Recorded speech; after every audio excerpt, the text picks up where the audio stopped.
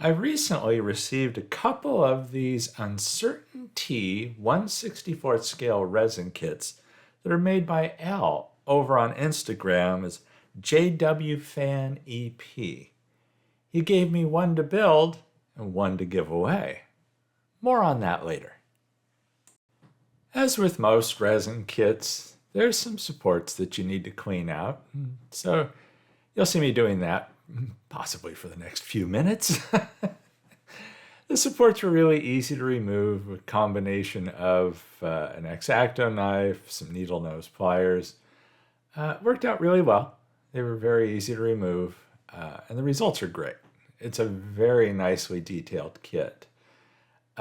He does include instructions with the kit, and one of the things he mentions is to leave the supports on the radiator cap while you're working on this, because it can be brittle. It's a delicate piece, and that worked out exceptionally well too. Leaving those supports until basically I was ready to paint. It's a beautiful kit. I had a lot of fun doing this. I'm certain that one of you will be able to build this better than I did. I'm really happy with my results, but I'm a little shaky right now. And so somebody with better modeling skills and a steadier hand would, I'm certain, do a better job.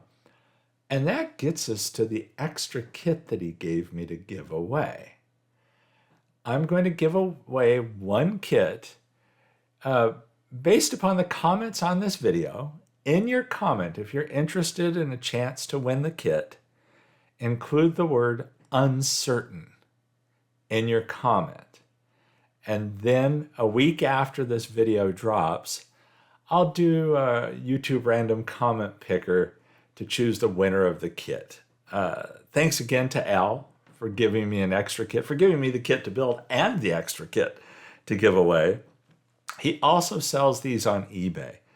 I'll put a link to both his Instagram information and his eBay sales in the description to this video, in case you want to buy one if you don't win the giveaway.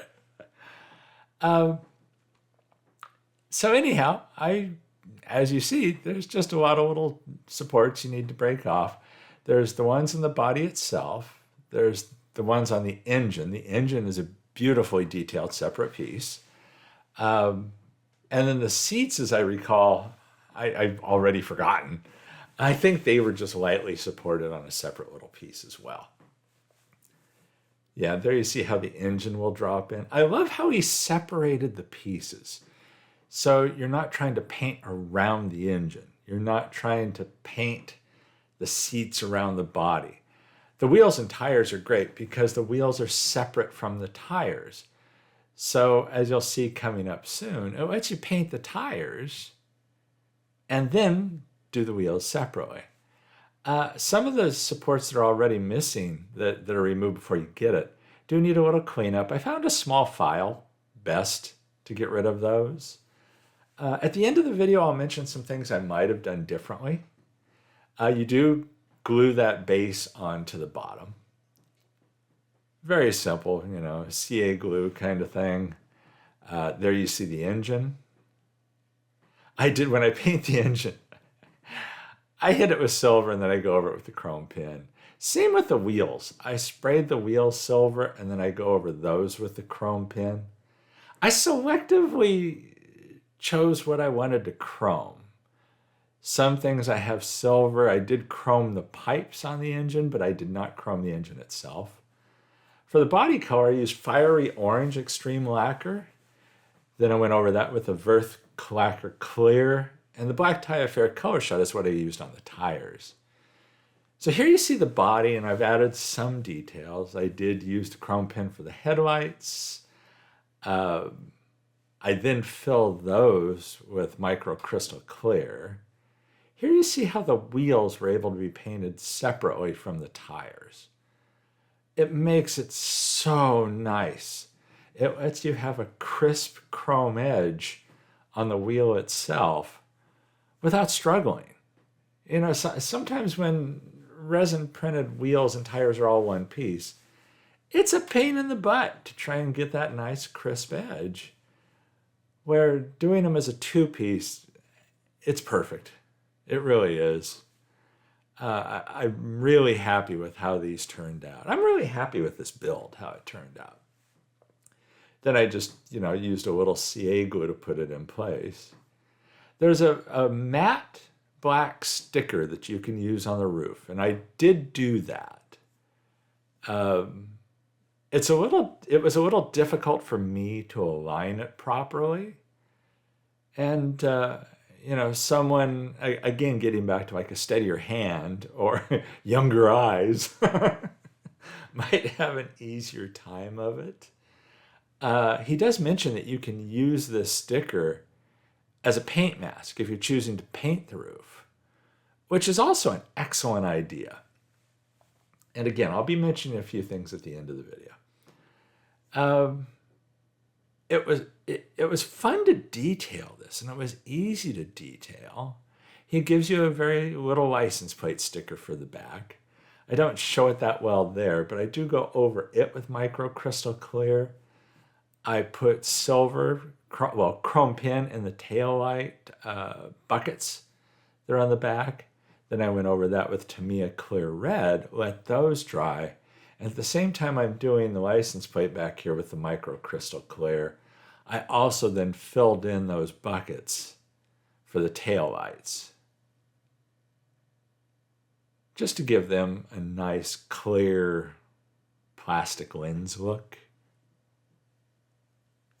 And that worked out well. He suggested using toothpicks to hold the body as you're building this. Worked out fantastically.